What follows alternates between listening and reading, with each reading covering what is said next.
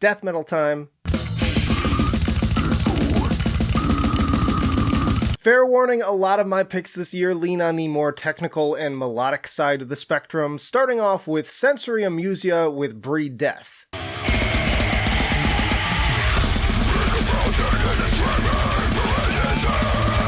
Inspired by the likes of Dying Fetus, Misery Index, Aborted, and Cryptopsy, this Australian death metal band will tear you to shreds. To shreds, you say? The riffs are a devastating amalgam of death, thrash, groove, and grind, resulting in songs that manage to perfectly walk that line between crushing and catchy. And as if that wasn't enough already, tracks like Bind, Torture, Kill, and Vermin also manage to add some impressive layers of atmosphere without overcomplicating things.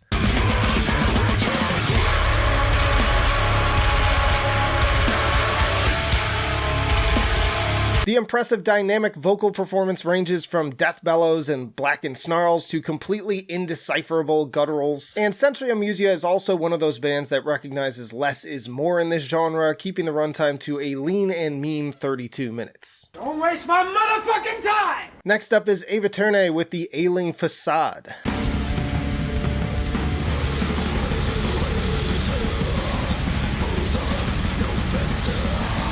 Now, if you've already watched my top 10 metal albums of the year overall video, you'll know that this earned a coveted slot there as well. This band lists both the technicality of Immolation and psychedelic menace of Godflesh as influences. The latter especially coming through on the syncopation and eerie atmosphere of tracks like The Gaunt Sky and Stilled the Hollow's Sway.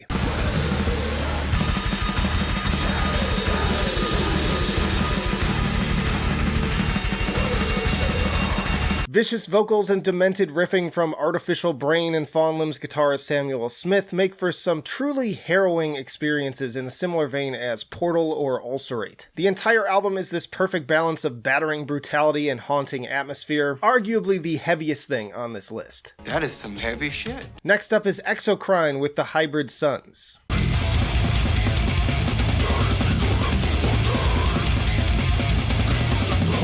This French progressive death metal band continued to be one of my favorite modern death metal bands ever since I heard Ascension back in 2017. Few bands manage to be so spectacularly technical while still delivering great songs that are highly memorable, not to mention their ability to also harness this in favor of incredible atmosphere on tracks like Dying Light and the Hybrid Suns.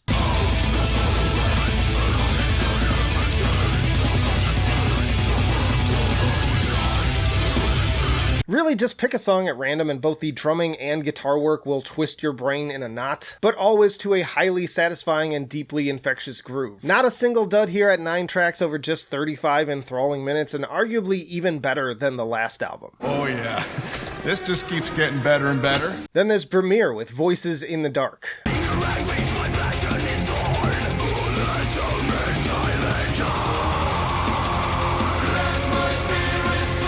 When we talk about melodic death metal, understandably minds often go to Sweden, but Finland is right up there too in my book, with Brymir being a shining example. Tracks like Voices in the Sky, Forged in War, and especially Herald of Aegir showcase the full package when it comes to speed, dynamics, and most of all, fun, from the vocals to the insane guitar work.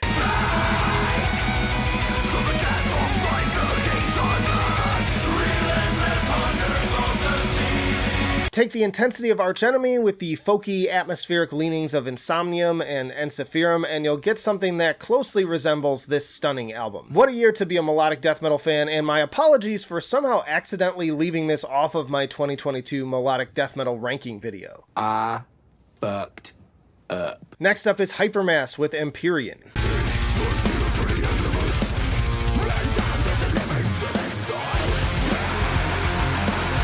Hypermass is another progressively tinged bit of head-bobbing death metal from Norway. Comparisons in the press release ranged from Revocation to Gojira, but I'd add to that the likes of Born of Osiris and Sixth, with constant alternations between grooving gent, chugging prog, and shredding soloing on great tracks like Equalizer.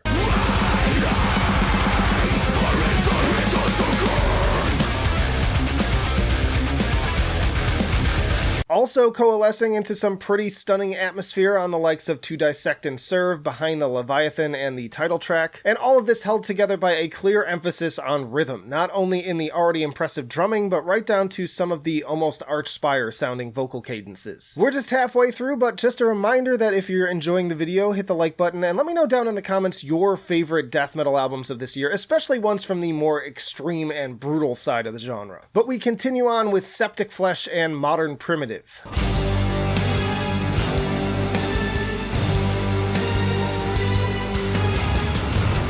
It was a long wait, but the Greek masters of symphonic death metal are back. Now, while it's no The Great Mass, I would go so far as to say that this album contains some of the band's best orchestrations to date, with the Coming Storm's raging whirlwind of woodwinds and screeching bows, and a Desert Throne going full-on Lawrence of Arabia soundtrack. I'm loving the regional influences in addition to the usual bombastic explosions of brass and haunting strings.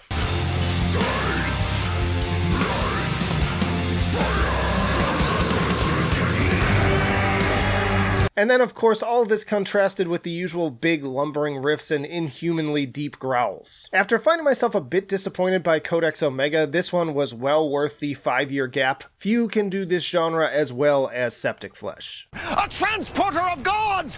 The Golden God! Then we have Soreption with Jord.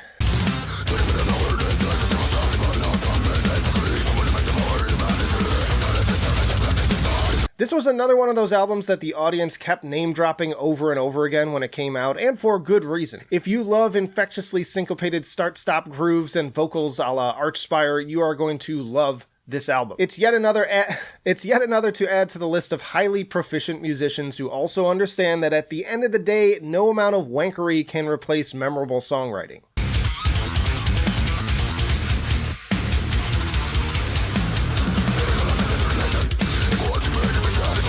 Yes, it's the tech musician's wet dream, but also in service of fun, above all else. A level of precision that appeals to robots, but also enough humanity to make them become self-aware. Oh my god. Then there's Allegaeon with Damnum.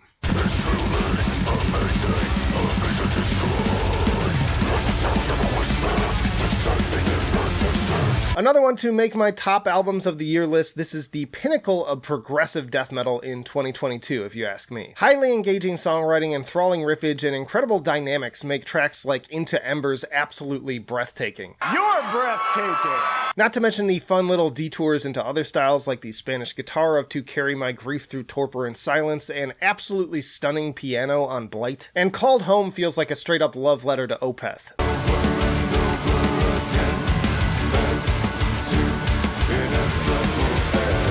Speaking of which, I'm also loving the clean vocals, which sound better than ever, and even the death growls, which I previously called one note in comparison to the complex instrumentation, sound like they're taking more of that same dynamic stride as with Dopamine Void. Quite frankly, this may be one of their most impressive albums to date. Impressive. Next up is Fallujah with Empyrean.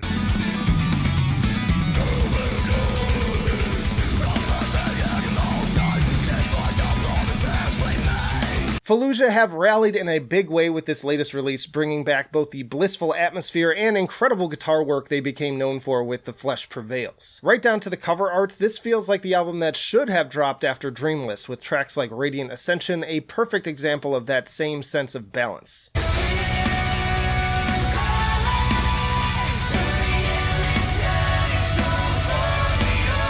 Kyle is a solid new addition, taking over on vocals with his great mix of high screams and deep death bellows, and also nice to see a return of Tori Letzler's dreamlike cleans to drift on like a soft cloud. Once more, I'm amazed at just how much this band manages to be the tech musician's textbook while still offering so much more than just, again, pure wankery. We can't not play it fast physically. And then we have the Halo effect with Days of the Lost.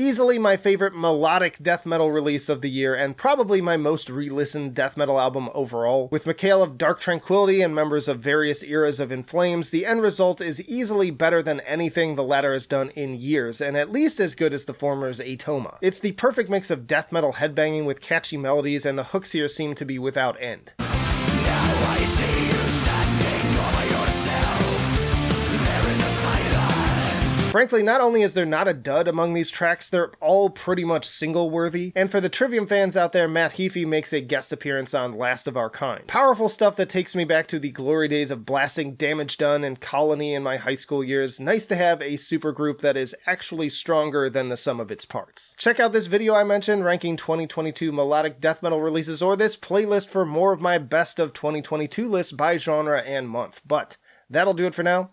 Flight of Icarus signing off. I will see you in the trenches.